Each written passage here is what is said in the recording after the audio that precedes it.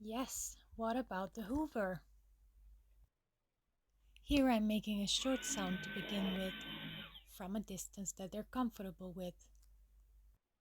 Then I immediately go to feed and feed.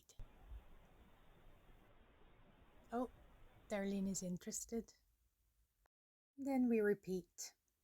We practiced this a lot over many months, and it wasn't always with sound. In fact, I started this training by receiving the hoover, carrying the box in the lounge, leaving it on the floor, opening it up, all surrounded by many delicious treats for the kitties and for investigating the hoover. At first, I left it on the floor for them to simply interact with, sniffing it out, touching it with their paws, rubbing their cheeks against it, and ultimately seeing that no bad consequence was following from interacting with the hoover. The sound was not a thing yet. In fact, I started adding the sound from the other room. I would start the hoover just for a split second and then go into the room where the kitties were and deliver their favorite treats.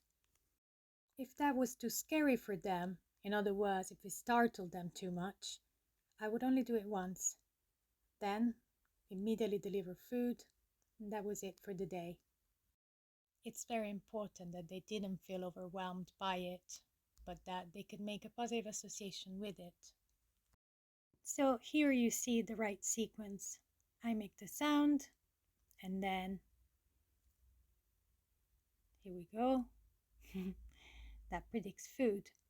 But you may have noticed that I didn't start with the hoover facing the kitties. In other words, I started with my body somewhat body blocking the hoover, as I believe the kitties trust me already and they don't quite trust the hoover. So body blocking the hoover was somewhat a little bit easier for them. Don't forget to look at how your movements in space can impact your training. This is very important as our animals don't speak our language. They speak our body language, however.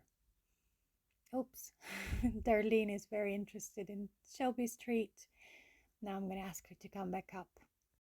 This is because Shelby is a little bit like Joey. He does not share food. So I really need Darlene to come back up, as this is another thing that could impact our training if I don't. That's better. Okay, let's start again. And I'm going to first put the hoover where I need it to be and then make the sound. And without fail, food will follow. Put the hoover in place, followed by the sound. I find this is a really nice indicator as to whether the kitties will find the sound overwhelming already or not. In this case, clearly not. Here we go again, one more time, except the battery ran out. So I think this is a great moment to give them a hold down cue, which is a slight change in the environment that is supposed to signal for my kitties that we're done with the session. I do this by giving them a pre-prepared leaky mat with food inside that's been frozen, so it's kind of like a kitty's ice cream. Everybody's happy, and this allows me to take the hoover and put it back and perhaps charge it for later.